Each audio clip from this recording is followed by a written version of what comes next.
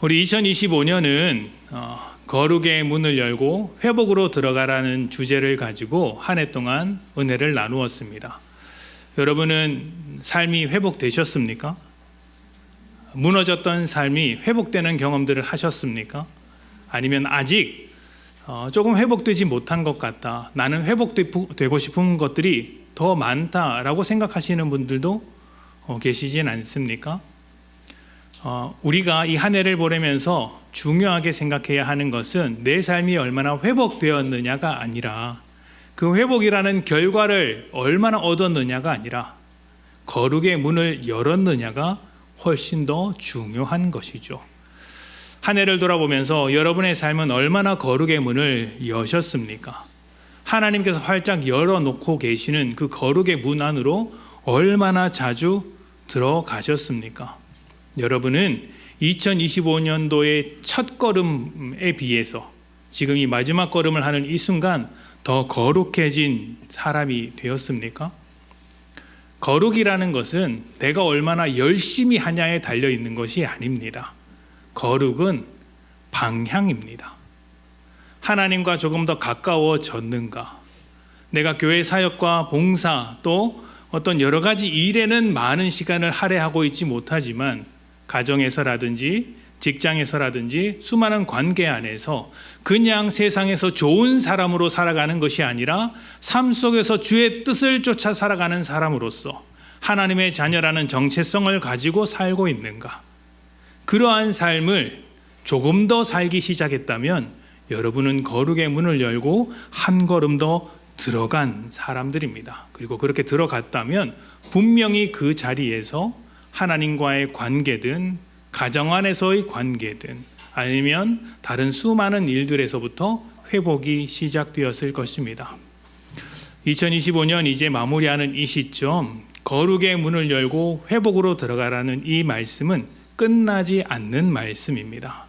안식의 루틴을 지키며 살아가는 우리들에게 회복은 언제나 준비되어 있는 것이죠.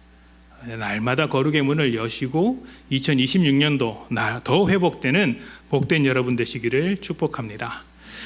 자, 우리가 거룩의 문을 열고 회복으로 들어가자라고 이야기했던 이유 중에 하나가 우리 교회가 7년째 안식의 해였기 때문입니다.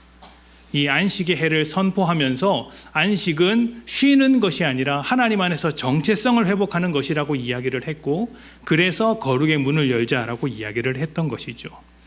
이제 2026년을 맞이하고 있는 우리는 안식 후 첫날을 맞이하는 것과 같습니다. 지난 추수감사주일 특별 새벽 예배 때도 말씀을 나누었듯이, 작고 강한 교회라는 말씀을 나누었듯이 안식 후 첫 걸음 우리는 더 건강한 교회가 되기 위하여 세상의 기준에 어울리는 교회가 아니라 하나님의 본질에 어울리는 교회가 되기 위하여 이 한 걸음을 떼기 시작할 것입니다. 사실 이 안식 후 첫걸음이라는 것은 굉장히 상징적인 의미가 있습니다. 창조의 안식과 부활의 안식이라는 측면에서 그렇습니다. 창조의 안식이란 이것이죠. 하나님께서 세상을 창조하시고 마지막 일곱째 날에 안식하셨습니다. 그 안식 후 첫날, 사람들이 맞이하는 그 하루의 첫날은 어떤 날입니까? 안식이 계속해서 이어지는 날입니다. 하나님께서 창조를 완성하셨기 때문에 창조의 안식은 곧 완성된 것이고, 하나님께서 완성하신 세상 안에서 더할 것 없는 삶, 완성된 그 세상 안에서 하나님의 은혜를 누려가는 삶이 바로 안식 후 첫 하루였던 것이죠. 이것이 창조의 안식의 하루였던 것이고 우리에게 주어진 하루였습니다. 다시 말하면 창조 이후의 안식의 첫날은 하나님께서 완성하신 존재로서 살아가는 처음이라는 이야기입니다. 부활의 안식도 마찬가지입니다. 죄로 인해 죽을 수밖에 없던 우리가 예수님께서 십자가에 못 박히시고 부활하신 뒤 새로운 생명을 얻었습니다. 그런데 여러분, 예수님께서 부활하신 날이 언제입니까? 안식 후 첫날입니다. 안식일에 부활하신 것이 아니라 안식 후 첫날, 안식일을 보내고 그 다음 날 부활하셨고, 바로 그날이 우리는 새로운 생명을 얻어 하나님의 자녀로 살아가게 된 첫날이었던 것이죠. 창조의 안식은 하나님께서 완성하신 삶을 살아가는 첫날이었고, 부활의 안식은 예수 그리스도로 인해 하나님의 자녀가 된 우리의 첫날입니다. 안식 후 첫날은 새로운 정체성, 새로운 마음, 새로운 방향을 향해 내리는 첫걸음이라고 할 수 있습니다. 자, 그렇다면 여러분, 우리 교회는 이제 7년째 안식의 해를 마쳤습니다. 우리의 정체성이 하나님께 있음을 고백했습니다. 이미 잘 알고 있는 것이지만 1년 동안 이것을 계속해서 반복했습니다. 어디 가서 누가 물어보면 그냥 저절로 나올 것이에요. 우리는 믿음 생활하는 것이 우리는 종교 생활하는 것이 아니라 믿음 생활을 하는 것이다. 우리는 세상의 정체성을 두지 않고 하나님의 자녀라는 정체성을 가지고 살아간다. 정체성이 다르기 때문에 삶이 다를 수밖에 없다. 똑같은 삶을 살지만 본질이 다르다. 이것을 우리는 기억하고 있고, 이제 그 첫걸음을 살아가야 할 시기가 왔습니다. 안식의 해 동안 정체성을 회복했다면 2026년 안식의 해를 끝내고 그 첫걸음은 안식 후 첫걸음, 새로운 정체성을 가진 새로운 존재로서의 첫걸음을 시작하게 되는 것이죠. 그래서 2026년을 준비하면서 우리 교회가 안식을 마치고 정체성을 회복한 교회로서 새로운 발걸음을 내딛었으면 좋겠다라는 마음을 가졌습니다.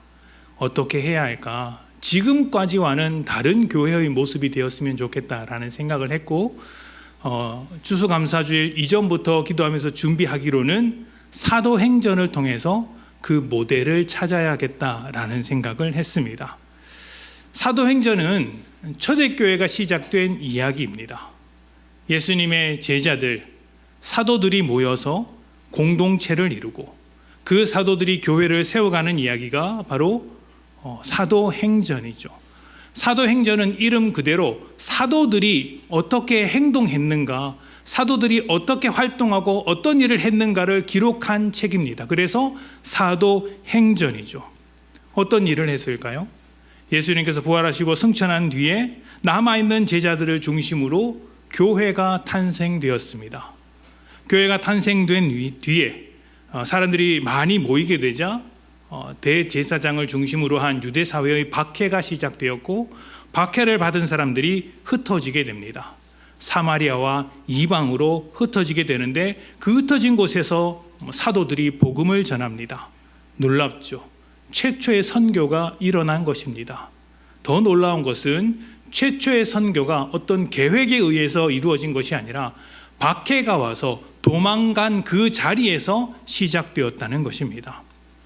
그렇게 유대 지역을 넘어서 이방으로, 다른 나라로 복음이 전해진 결과 그 복음의 능력이 수렴되어서 탄생한 교회가 있었는데 바로 안디옥 교회였습니다.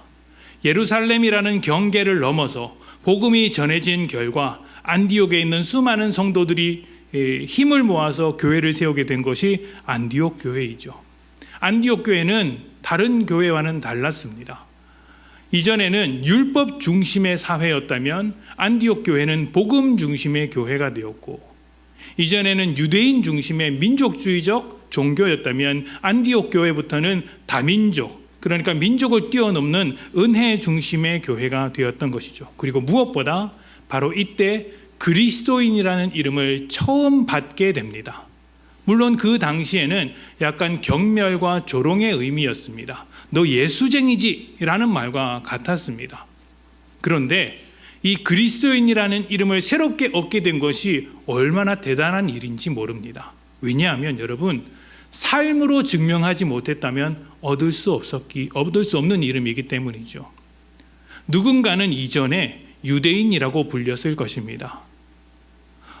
저 사람들은 유대교에서 나와서 한 분파를 이루고 있으니 유대교인이겠거니 라고 생각했을 것입니다. 또 다민족이다 보니 또 누군가는 헬라인으로 불렸을 것이고 로마인이라고 불렸을 것입니다. 그런데 그 모든 정체성, 유대인, 로마인, 헬라인이라는 모든 정체성을 내려놓고 이제 그리스도인, 예수를 따라가는 사람이라는 새로운 별명을 얻게 된 것이죠. 스스로 그 별명으로 부른 것이 아니라 주변에 있는 사람들이 그 별명으로 불렀습니다. 어떻게 그런 일이 가능해졌을까요? 안디옥 교회 성도들이 삶에서 믿음을 보여주었기 때문입니다. 저들은 유대인과 다르구나. 저들은 헬라인과 다르구나. 저들은 로마인과 다르구나. 예수 안에 있는 정체성으로 살았을 때 그리스도인이라는 이름을 갖게 된 것이죠. 이렇게 그리스도인이라는 이름을 갖게 된 안디옥 교회는 아주 중요한 전환점을 이루게 되는데, 이전에는 사도들이 파송되어서 교회를 세웠다면 안디옥 교회로부터는 사도들을 파송시키는 교회가 됩니다. 파송받는 교회가 안디옥 교회의 시점에서부터 파송하는 교회가 된 것이죠. 그래서 바울이 전도 여행을 세 차례 가는 모든 출발점과 귀환점에 안디옥 교회가 있습니다. 안디옥 교회가 그 모든 지역의 선교의 중심지가 된 것이죠. 이후에 바울이 그 선교지에서 수많은 교회를 세우게 됩니다. 그리고 마지막에 마음을 어디다 둡니까? 예루살렘에 두죠. 내가 내 친척들, 친구들, 동족에게 가서 복음을 전하겠다라고 목숨을 걸고 예루살렘으로 들어가 복음을 전하고, 거기서 체포되어서 이제 로마로 끌려가게 됩니다. 이게 사도행전의 전반적인 이야기예요. 제가 이 이야기, 큰 사건 줄기들을 계속해서 말씀드린 이유가 무엇이냐면, 이 이야기를 생각하면서 그 사건마다 교회가 어떤 변화를 이루었지, 교회가 무엇을 중요하게 생각했지, 교회가 무엇을 했지 라는 생각을 하면서 우리 교회가 그런 교회가 되어야겠다는 생각을 했습니다. 예를 들면 안디옥 교회처럼 누군가를 파송시킬 수 있는 선교적 교회가 되었으면 좋겠다. 또 파송시킬 수 있는 사람을 훈련시키는 어떤 훈련을 잘하는 교회가 되었으면 좋겠다. 또 성도들이 중심이 되어서 성도들이 일하는 교회가 되다 보니 교회의 조직과 시스템을 재정비하고 이제 목회자는 점점 내려오고 성도들이 서는 교회, 이대익 목사는 천천히요 성도들은 만만이다 라고 말할 만한 교회가 되었으면 좋겠다라는 생각을 계속해서 하면서 어떤 구조를 가져가야 할까, 어떤 사람을 세워야 할까, 어떤 방향으로 가야 할까, 이걸 계속 고민하고 있었어요. 그런데 그걸 계속 고민하면 고민할수록 뭔가 답답한, 풀리지 않는 한 가지가 있었습니다. 처음에는 내가 방향을 잘못 잡고 있나? 내가 어떤 교회의 어떤 구조나 어떤 시스템을 잘못 그리고 있나? 내가 모르는 게 있나? 더 배워야 되나? 이런 생각을 했는데 천천히 묵상하다가 그 한 가지를 알게 되었어요. 가장 중요한 게 빠져 있었습니다. 다시 처음으로 돌아가 봅시다. 박해를 받고 흩어진 그 지역에서 복음이 전파되었다고 했습니다. 누가 한 일일까요? 사도들이 열심히 복음을 전한 결과일까요? 그런데 그 사건을 읽어보면 이렇게 이야기를 합니다. 성령께서 이르시되 빌리바, 저 사람에게 가서 복음을 전하라. 그들이 계획하지 않은 선교지였는데 박해를 받아서 쫓겨가듯이 한 곳에서 복음의 역사가 일어납니다. 사람들이 한 일이 아니죠. 성령님께서 인도하신 일입니다. 예루살렘의 경계를 넘은 그 사도들이 안디옥에서 새로운 교회를 세웁니다. 그리스도인이라는 이름을 얻죠. 그리고 그들이 파송하는 교회가 됩니다. 안디옥 교회 성도들이 잘해서일까요? 아니면 그곳에서 가르쳤던 바나바나 바울이 잘해서였을까요? 그렇지 않습니다. 안디옥 교회가 성도들을 그 사도를 파송하려고 할 때, 바나바와 바울이 파송하려고 할 때 이렇게 기록합니다. 성령께서 시키실 일이 있어서 그 교회에게 두 사람을 세워라 라고 말씀하십니다. 누가 주도하고 있습니까? 성령님께서 주도하고 계셨던 것이죠. 이후에 바울이 선교지에서 많은 교회와 지도자를 세웁니다. 그런데 그곳을 누가 인도하십니까? 성령님께서 인도하세요. 아시아로 가고자 했던 길목을 막으시고 마게도냐로 가라고 방향을 정해주신 것도 성령님의 하신 일이었죠. 성령님께서 그 교회의 역사마다 간섭하시면서 이끌고 가십니다. 바울이 예루살렘으로 갈 때, 그리고 체포되어서 로마로 압송되기 전에 바울이 뭐라고 했습니까? 나는 성령에게 매여 예루살렘으로 간다라고 이야기했습니다. 내가 내 자녀, 내 동족, 친구들, 내 친척들을 너무 사모해서 가는 것인데 내가 가는 이것은 성령에 매여서 가는 것이다. 성령님의 인도하심을 따라간다. 그리고 그렇게 예루살렘으로 가는 교회가 남아있는 교회 성도들에게 무엇이라고 합니까? 여러분 복음을 잘 지키십시오. 여러분 신앙생활 열심히 해야 됩니다. 라고 말하지 않고 뭐라고 합니까? 주의 말씀에 여러분을 맡깁니다. 라고 합니다. 여러분이 복음을 잘 지키며 믿음으로 살아야 합니다가 아니라 복음이, 말씀이, 성령이 여러분을 지켜줄 것을 믿습니다. 여러분 하나님을 하나님에게 말씀에게 성령에게 여러분을 맡깁니다라고 이야기를 합니다.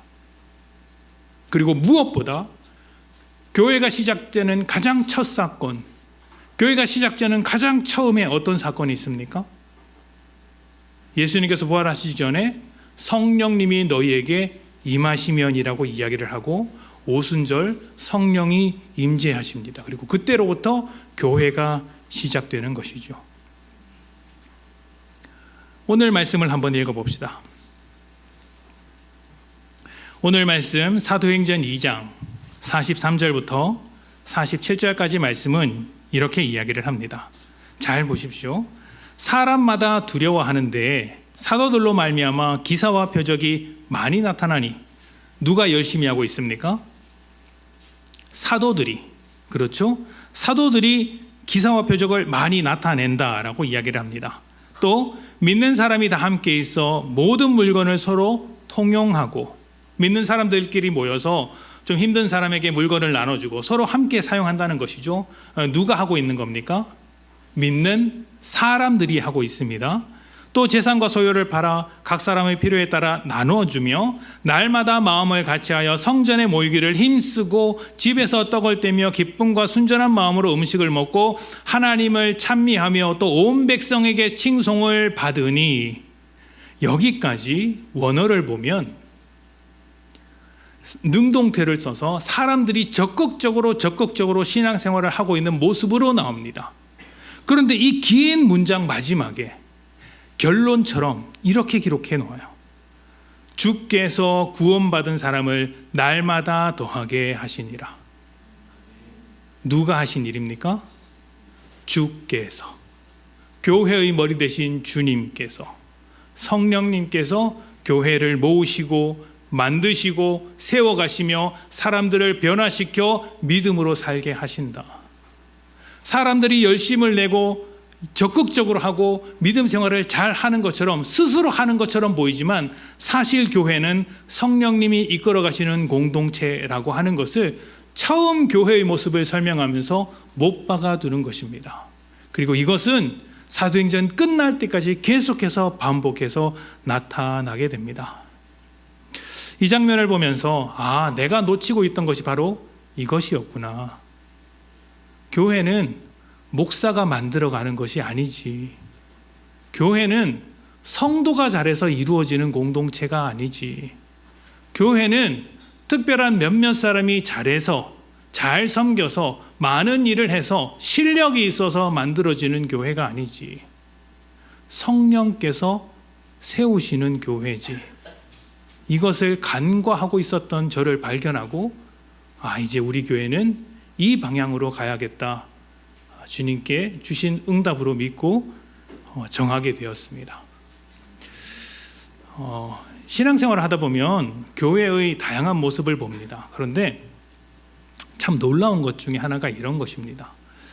세상에서 이름의 이제 좀 뛰어난 이름을 가지고 있고 높은 지위에 있는 사람들이 많이 모여 있는 교회가 잘 될 것 같은데 자기의 높음을 자랑하다가 갈라지고 쓰러지는 경우가 의외로 많습니다.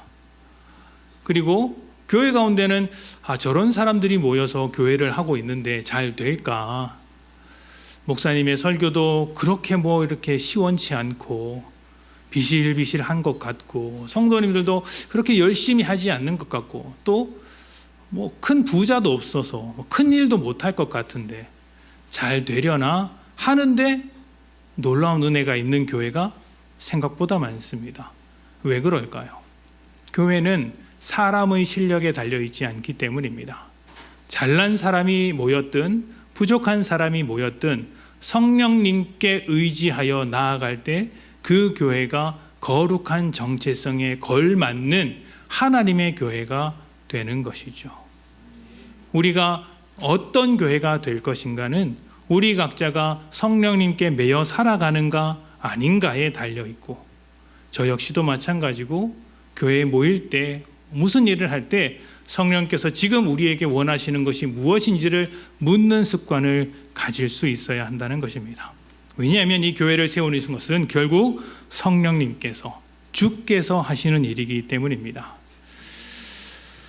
여러분, 이 7년이라는 시간이 기업에게는 꽤 중요한 시간이라고 이야기를 합니다. 특히 디즈니와 같이 애니메이션을 만드는 이제 회사, 기업들은 꼭 7년은 아니지만 5년에서 8년 주기를 굉장히 중요하게 생각한다고 합니다. 왜냐하면 그 주기가 한 세대가 바뀌는 주기이기 때문입니다. 어렸을 때 그 애니메이션을 보고 자란 세대가 한 7년 정도 지나면 성인이 됩니다. 그러면 그때 묵혀두었던 아주 옛날 애니메이션을 다시 방영해 주는 겁니다. 그러면 새로운 세대가 그 애니메이션을 보고 이제 추억을 만들고, 성인이 된 세대는 그 애니메이션을 보고 과거의 생각에 떠올리며 벗어나지 못한다는 것이죠. 그래서 5년에서 8년 정도 주기로서 반복적으로 비슷한 애니메이션을 보여준다라는 이야기를 들은 적이 있습니다. 왜 그렇다고 했죠? 7년은 한 세대가 지나가는 시간이기 때문입니다. 우리 교회가 7년이 지나갔습니다. 이대익 목사의 시간은 끝났습니다. 처음 개척할 때 혼자는 아니고 이제 저희 가정이서 이제 개척을 했죠. 텅텅 빈 곳에서 예배를 드렸는데 지금은 많은 성도님들과 함께 이제 예배를 드리고 있습니다. 그리고 안식을 끝낸 지금은 이제 우리 교회는 두 번째 개척을 합니다. 누구와 개척을 합니까? 우리가 함께 개척을 하는 것입니다. 이전과는 다른 교회가 되기 위하여 여러분 각자가 성령님이 세우시는 교회가 되기 위하여 성령님께 집중하는 한 해가 되었으면 좋겠습니다. 필요한 것들을 만들 것이고 여러 성도님들을 세우겠지만 여러분, 제가 세우는 게 아닙니다. 여러분이 세우는 게 아닙니다. 우리가 하겠지만 성령님께서 일하시도록 하는 것이죠. 이 한 해가 정말 성령님께서 이끌어 가시는 한 해가 되었으면 좋겠습니다. 교회는 성령이 세웁니다. 늘사랑 교회는 성령님께서 세우실 것입니다. 성령님과 함께하는 2026년 소망하며 우리 그렇게 사도행전적 교회, 성령께서 이끌어 가시는 교회가 되기를 축복합니다.